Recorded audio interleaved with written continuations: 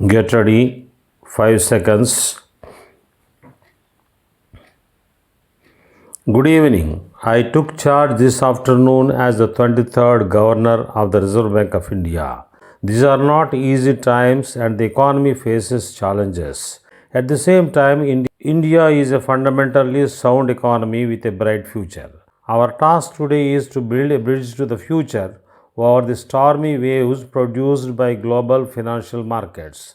I have every confidence we will succeed in doing that. Today, I want to articulate some first steps, concrete actions we will take, as well as some intentions to take actions based on plans we will formulate. Before I turn to specifics, let me repeat what I said on the day I was appointed. The Reserve Bank is a great institution with a tradition of integrity, independence, and professionalism.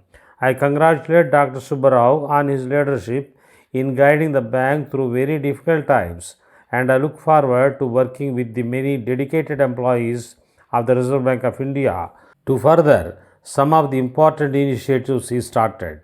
I have been touched by the warmth with which the Reserve Bank of India staff have welcomed me to the existing traditions of the Reserve Bank of India, which will be the bedrock of our work. We will emphasize two other traditions that become important in these times: transparency and predictability. At a time when financial markets are volatile and there is some domestic political uncertainty because of impending elections, the Reserve Bank of India should be a beacon of stability as to its objectives. That is not to say we will never surprise markets with actions. A central bank should never say never, but the public should have a clear framework as to where we are going and understand how our policy actions fit into that framework. Key to all this is communication, and I want to underscore communication with this statement on my first day in office. We will be making the first monetary policy statement of my term on September 20.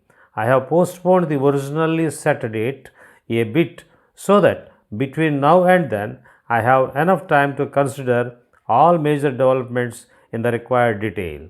I will leave a detailed explanation of our policy stance till then, but let me emphasize that the Reserve Bank of India takes its mandate from the Reserve Bank of India Act of 1934, which says the Reserve Bank for India was constituted to regulate the issue of banknotes and the keeping of reserves with a view to securing monetary stability in India and generally to operate the currency and credit system of the country to its advantage. The primary role of the central bank, as the Act suggests, is monetary stability, that is, to sustain confidence in the value of country's money. Ultimately, this means low and stable expectations of inflation, whether that inflation stems from domestic sources or from changes in the value of the currency, from supply constraints or demand pressures. I have asked Deputy Governor, together with a panel he will constitute of outside experts and Reserve Bank of India staff, to come up with suggestions in 3 months on what needs to be done to revise and strengthen our monetary policy framework. A number of past committees, including the Financial Sector Legislative Reforms Commission, have pointed on this, and their views will also be considered carefully. I talked about the primary role of the Reserve Bank of India as preserving the purchasing power of the rupee, but we have two other important mandates: inclusive growth and development, as well as financial stability. As the central bank of a developing country, we have additional tools to generate growth. We can accelerate financial development and inclusion. Rural areas, especially your villages, as well as small and medium industries across the country, have been important engines of growth, even as large company growth has slowed. But access to finance is still hard for the poor and for rural and small and medium industries. We need faster, broad based, inclusive growth leading to a rapid fall in poverty. The Indian public would benefit from more competition between banks, and banks would benefit from more freedom in decision making. The Reserve Bank of India will shortly issue the necessary circular to completely free bank branching for domestic scheduled commercial banks in every part of the country. No longer will a well-run scheduled domestic commercial bank have to approach the Reserve Bank of India for permission to open a branch. We will of course require banks to fulfill certain inclusion criteria in underserved areas in proportion to their expansion in urban areas, and we will restrain improperly managed banks from expanding until they convince the supervisors of their stability. But branching will be free for all scheduled domestic commercial banks except the poorly managed. There has been a fair amount of public attention devoted to new bank licenses.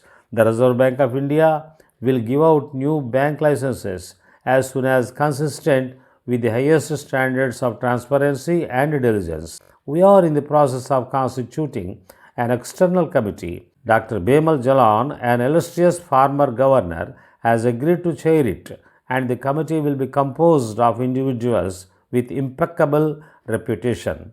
This committee will screen license applicants after an initial compilation of applications by the Reserve Bank of India staff. The external committee will make recommendations to the Reserve Bank of India governor and deputy governors, and we will propose the final sale to the committee of the Reserve Bank of India Central Board. I hope to announce the licenses within or soon after the term of DG Anand Sinha, who has been shepherding the process. His term expires in January 2014. We will not stop with these licenses. The Reserve Bank of India has put an excellent document on its website exploring the possibility of differentiated licenses for small banks and wholesale banks, the possibility of continuous or on-tap licensing, and the possibility of converting large urban cooperative banks into commercial banks.